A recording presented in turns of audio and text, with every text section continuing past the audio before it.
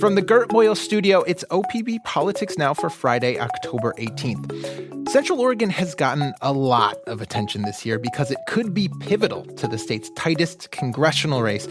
But there is far more happening east of the Cascades than just the battle between Lori Chavez de Remer and Janelle Bynum. The folks in OPB's Bend Bureau have been digging into a bevy of interesting political contests this year. They've even been sued because of it. And on today's show, we're going to give you a rundown. Welcome to the podcast. I'm OPB politics reporter Dirk Vanderhart. Hi, I'm Catherine Steyer-Martinez. I'm a reporter-producer covering Bend and Central Oregon. And I'm OPB Central Oregon Bureau Chief Emily Curitin-Cook. It is a real pleasure to have you both on today. Especially want to welcome Catherine for her first appearance on OPB Politics Now. Let's start off today with what is probably the most dramatic race that you two have been looking into this year. Emily, there is a lot going on in this contest for Deschutes County Sheriff, including, as I mentioned, a lawsuit briefly filed against OPB. But let's just start with who the candidates are.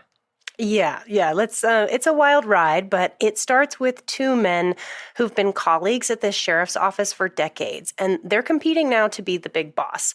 William Bailey is a captain of the patrol division, and Kent Vanderkamp is a sergeant heading up the county's drug enforcement team. I asked both of these candidates what the sheriff's office is supposed to do, and honestly, they sound a lot alike. They both want to address homelessness issues, enforce drug laws, and provide peace and security for the community. But these men's campaigns have unleashed so many accusations about lying and cheating. Bailey says he, for one, didn't expect the politics of this race to get this dirty. All we can seem to talk about is the past. And not only the past, lies. And I can't defend against lies. But not all of the mudslinging in this campaign is lies. Vanderkamp argues there's a retaliatory playbook that's at work here, one that was created by the departing sheriff Shane Nelson. Here's Vanderkamp. Because this is just history repeating itself. This is a character assassination that he does every single time there's an election. You mean Shane Nelson? Yes. So to understand the tone here, you have to understand the track record of Nelson, this departing sheriff. Over the last decade, he's been accused many times of bullying and retaliation against his own staff. And now that he's stepping aside, the sheriff is backing Bailey. That's as the employees union has endorsed Vanderkamp. And amidst all of those politics, Nelson launched an internal investigation about Vanderkamp that turned out to be quite an October surprise, Dirk. Yeah. I mean, that is kind of the nexus here, or one of the things that really drew my attention, at least. This race has this level of intrigue because of these personnel complaints, I should say, from California. Just walk us through, how did the existence of all this come to light? It feels a little murky, but I know you've been tracking it. I have, and I'm going to do you a favor and give you the abridged version, because there are a lot of twists and turns and players and different agendas at work in the sheriff's office. But what you really need to know is that Nelson, the sitting sheriff, led the charge to investigate Vanderkamp after he got an external complaint. And that complaint detailed a lot of troubling allegations between Vanderkamp and a woman who used to run a nonprofit that he's a board member of. But shoehorned in this long complaint is a grievance that there's a chance Vanderkamp's law enforcement career began before Oregon, which is not something he's disclosed before. So it turns out he did leave something off of his job application when he first applied to work in Oregon more than 20 years ago. In the mid-1990s, Vanderkamp served as a reserve police officer in La Mesa, California. And city officials there told me his employment ended in 1997. Nelson, for his part, suspects that Vanderkamp was fired. But La Mesa wouldn't initially fork over the receipts to answer this question. So Nelson actually got Deschutes County to sue this California city and get it to back down, fork over the records. And while Nelson wouldn't talk to me about all of this in an interview off the cuff, I did get him to read a statement about his own view of his motivations to do this. This is not election interference. Our office is fulfilling its legal obligations and duty to investigate complaints. So that duty, as he calls it, culminated in Deschutes County getting La Mesa to turn over 100 pages of personnel records about Vanderkamp, and those detail an internal investigation when he was a reserve officer decades ago now. This stint in California is something he did not mention when he was hired in Oregon. And if it turns out he was fired from La Mesa and didn't disclose it to Oregon, that could actually be a pretty big deal for Vanderkamp's credibility and potentially his certification as a law enforcement officer. You were keenly, obviously, trying to get a hold of these 100 pages or so of records that came up from La Mesa. It wasn't easy to figure out what they said, right? Lay out for listeners, though, this very interesting chain of events for how you ultimately got your hands on what these things say. Yeah, here it's another odyssey, believe it or not. It started with something pretty simple, actually, though, that I do a lot, pretty much every week, if not more often. I filed a public records request to a public agency for information that is in the public interest. And in this case, Deschutes County was the agency I went to. I knew that the sheriff's office had gone to great trouble and public expense to get the La Mesa records from California. So I argued Oregon officials should hand them over to me since Vanderkamp is a political candidate and the voters deserve to be able to vet him. The county at first basically told me to pack sand. They were like, no. And then they did back down in the face of arguments about the public interest here. And here's where things started to get really interesting. When officials let Vanderkamp know that they were about to hand over the personnel records from La Mesa, he responded. He sued OPB, the county, and me to try and block the release. His attorneys even briefly got a temporary restraining order to keep the information protected. Yeah, it just gets wilder, Dirk. But that lawsuit didn't have a lot of steam. It became a moot point pretty much as soon as it began. That's because Vanderkamp's own attorneys, they're with the firm Employment Law Professionals Northwest, they accidentally released the records first. An attorney with the firm, I almost feel bad for the guy, he inadvertently posted links to them in public court filings. So when a judge finally did hear this case, he was immediately like, yeah, no, this is moot. And then he actually ordered Vanderkamp to post the records on his own campaign website. Well, and not surprisingly, Emily, you have been very involved in this. You noticed that these records had been posted and provided to the court. And you also reported on what they showed. What did we learn from these records from La Mesa, California? The records detail why police officials in La Mesa, in fact, wanted to dismiss Vanderkamp for what they called serious incidents of misconduct. La Mesa investigated 5 separate incidents where his fellow officers made various allegations against Vanderkamp. Investigators actually sustained one of those claims, and they found he had violated standards of conduct around honesty. What began as sort of just a dressing down for using a radar gun without proper training became an investigation into Vanderkamp's truthfulness. Investigators wrote that when they confronted him, Vanderkamp claimed, oh no, I am certified to use radar. But La Mesa could not find any record of this. They went to great lengths to track down and verify what he had said. And in the end, they decided Vanderkamp was intentionally misleading them. Officials decided, and I'll just use their words here because this is all, as we noted, been a bit litigious. Officials decided, quote, Vanderkamp's actions represent serious incidents of misconduct which bear directly on his credibility, end quote. But again, it's not clear if Vanderkamp was actually fired. He says he wasn't. They never actually terminated me, and they never actually served me with anything, which is why there's been confusion over what this has been about because I didn't have any knowledge about it.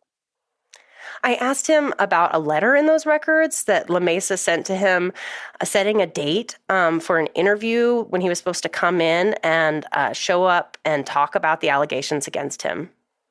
Did you show up for that interview? I don't recall an interview. In a previous interview with OPB, Vanderkamp told me he also didn't remember if he left La Mesa on his own or if the city told him not to come back for any more shifts. When we talked again about this after the documents actually came out, he said, oh no, now I'm certain that I left voluntarily. Yeah, and as you point out, right, I mean, part of this has bearing because if he was fired and it didn't disclose that when he became a law enforcement officer in Oregon, like that is an issue. But obviously, you know, the content of these complaints raises questions about why someone's using a radar and then lying about being certified and all that. So pertinent in that regard, almost regardless of whether or not he was fired. But you noted something earlier, Emily, and I just want to make sure we touch on it. You know, Vanderkamp isn't the only person who has faced allegations of his past. Deschutes County for a while has had a sheriff with some who has experienced controversy, right? Nelson hasn't always been popular. Yeah, he hasn't been popular with a lot of people, and he's also cost the county a lot of money defending him from lawsuits brought by his own employees. And yeah, Vanderkamp has definitely pointed to, he told me, this lawsuit, it wasn't personal. It wasn't even about OPB at all. It was actually just trying to put a stop to, his words were the BS games and shenanigans of Shane Nelson. So he is pointing to this history. And in many ways, this election for an open seat has been playing out like a referendum on Nelson, the retiring sheriff, with Bailey sort of acting as a placeholder or as an equivalent to Nelson. Bailey's not only been endorsed by the sheriff, he's been promoted by the sheriff pretty dramatically in recent years. So that ties him to this administration as it's come under a lot of scrutiny, not just for lawsuits alleging violations of employment law, but also for overspending, stuff like buying the office golf carts or a slushy machine despite budget shortfalls. Bailey, for his part, says he's his own man, but he also defends Nelson's legacy. Look, every police agency has personnel challenges. Every police and law enforcement agency has lawsuits. Every police agency has challenges when it comes to addressing behavioral issues and having to hold people accountable.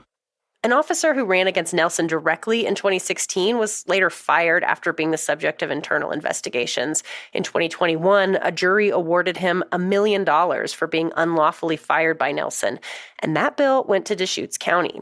I called up a sheriff expert to chat about just how unusual is all this drama.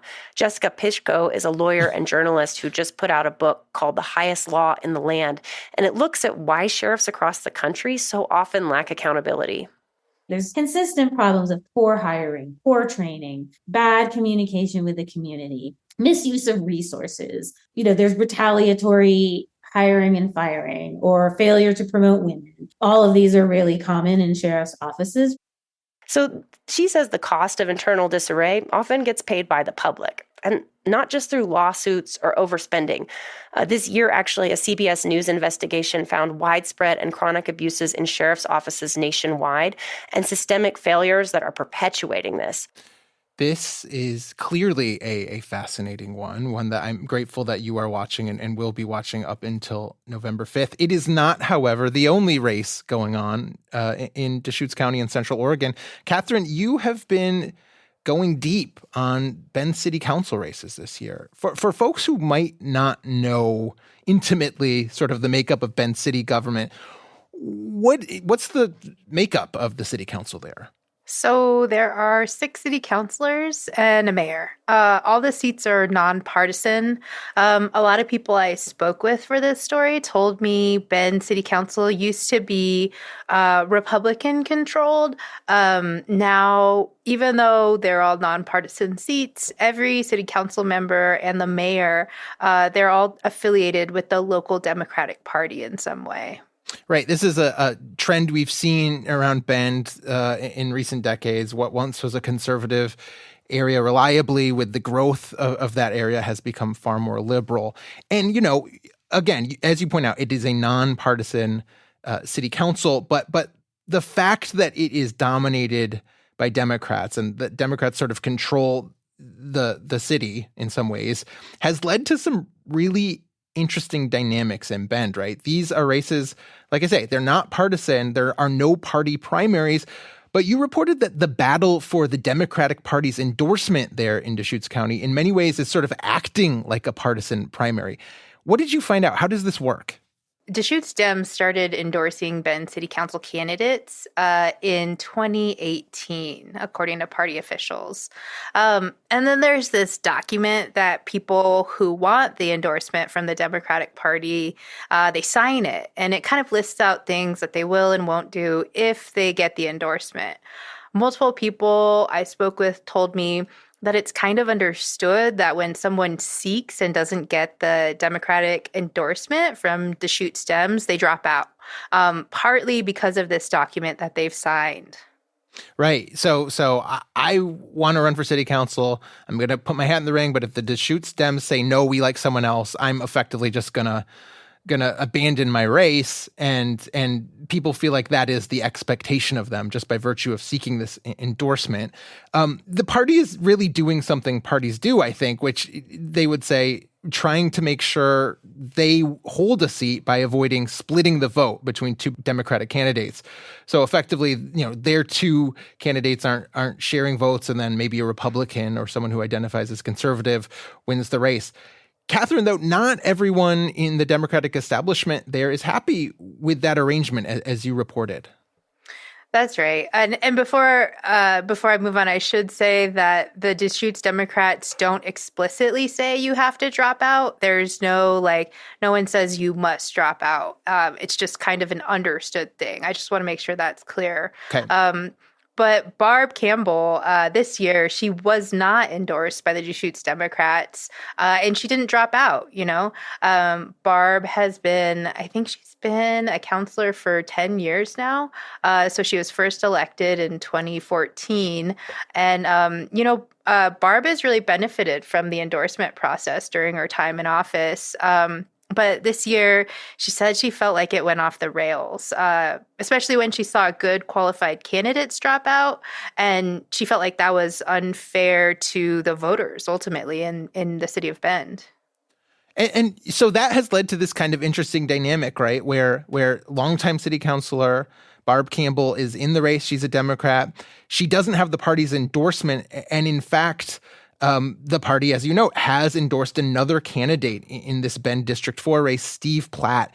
I wonder, is that maybe going to have does that present the risk, at least, of this outcome that the Deschutes Democrats are trying to avoid, which is that two Democrats share the vote and someone else sneaks in and sort of wins the seat? Well, it is a nonpartisan race. I can't really speculate on the outcome. The third person in the race, Chet Wamble, he is running for seat 4 and running against Platt and Campbell. He is endorsed by the Deschutes Republicans. It's interesting to note that Wamble told me that the Deschutes Republicans reached out to him to ask if they could endorse him. There wasn't any sort of it wasn't like he had to go to the Deschutes Republicans and be like, oh, will you endorse me? They just reached out to him. Right. But to be honest, I'm not really sure which way this race is going to go. Yeah, totally. We never know until the ballots are counted, but it is an interesting dynamic for sure. So that's a bit about the politics of these council races. Catherine, you've also reported on the top issue that Bend voters are worried about as they're making these selections this year, and it's probably not all that big a surprise to people. Yeah, it's housing. No Right. shock there. So we sent out a questionnaire to Bend city councilors to ask them what their top concerns are, what they felt the top concerns were for voters. And, most everyone who responded said housing in some form or another. And that's pretty in line with what I hear in community groups, talking to people who live here just on the street. Everyone is talking about housing. And that's because it's really expensive to rent or own a home here. Past reporting shows that someone needs to make about $72,000 just to rent a one-bedroom apartment and not be cost burdened.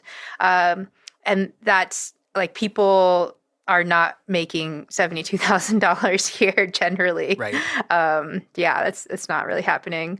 A few candidates are talking about how they want to speed up the process to get homes and apartments built. So kind of like cutting the red tape, speeding up permit processing. A handful of people are focusing on affordable housing. One candidate thinks the free market will solve the problem. And then a few others are concerned with helping people stay housed. So trying to address, ways to help people from becoming unhoused or homeless.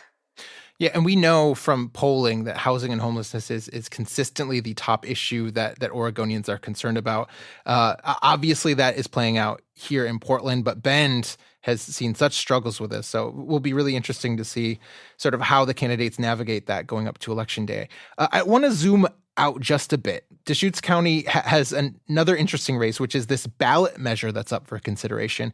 It would increase the number of county commissioners from the current 3 to 5. Catherine, who is proposing this and why do they argue it's a good idea?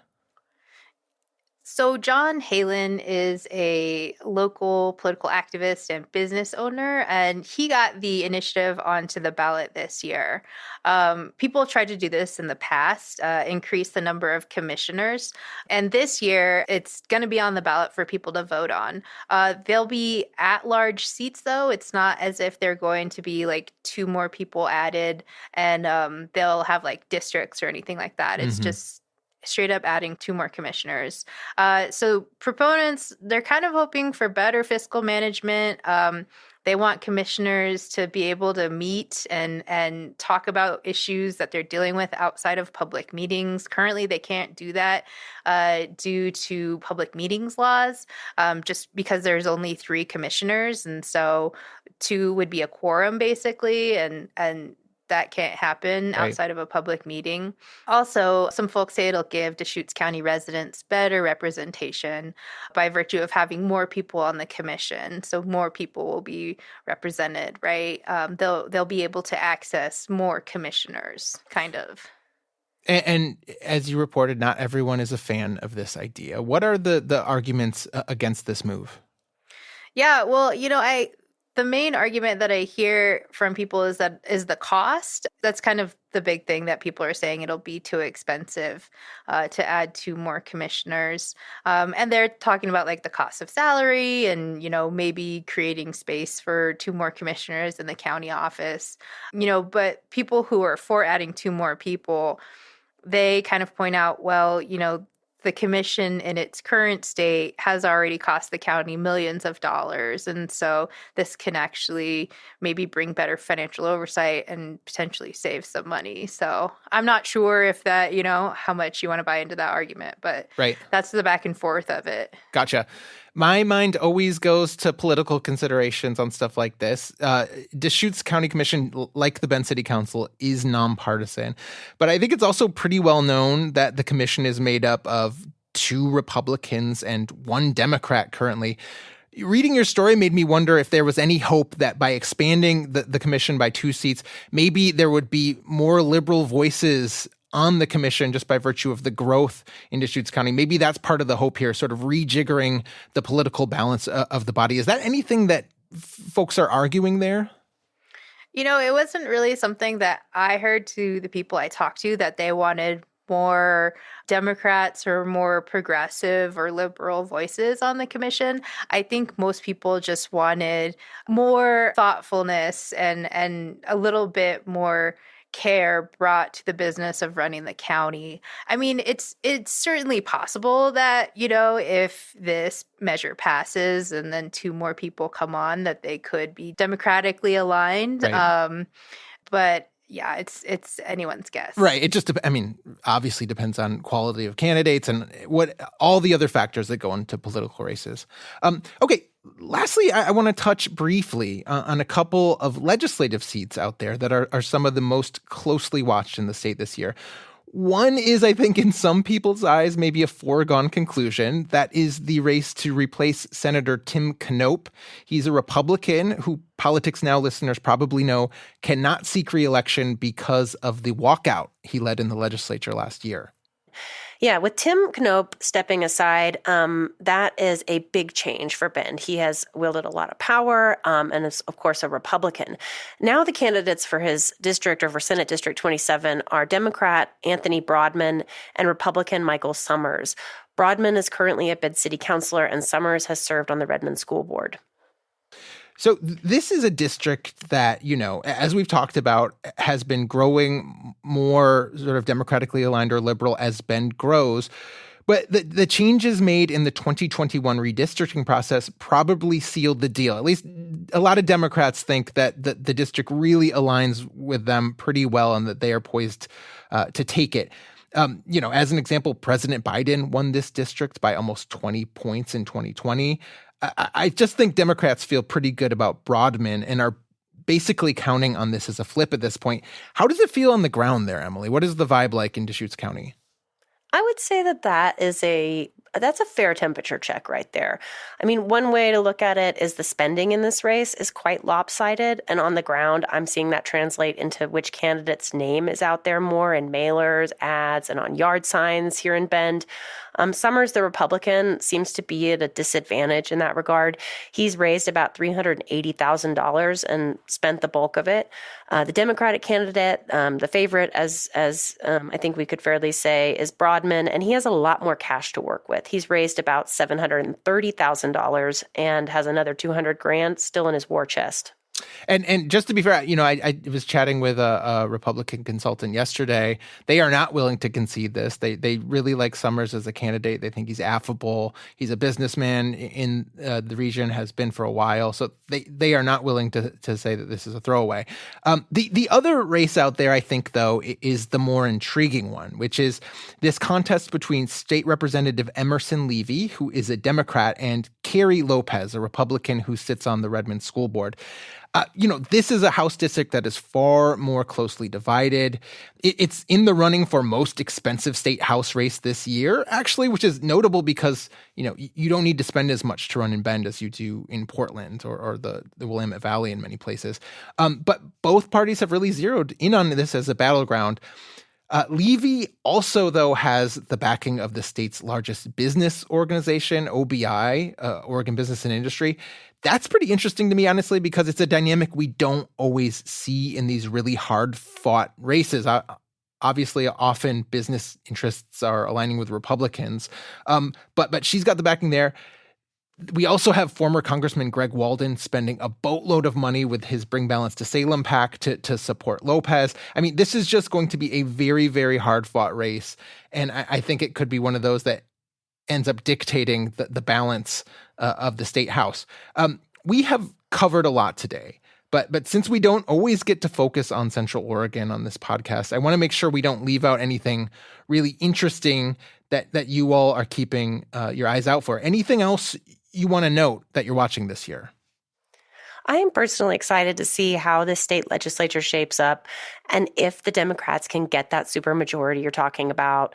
And then when they convene in January for their long session, how they're going to tackle issues of housing and development. Bend and Redmond are both really watching those legislative priorities, and the cities have already they've made quite a bit of noise about stuff already, considering we're still pretty far out from the session.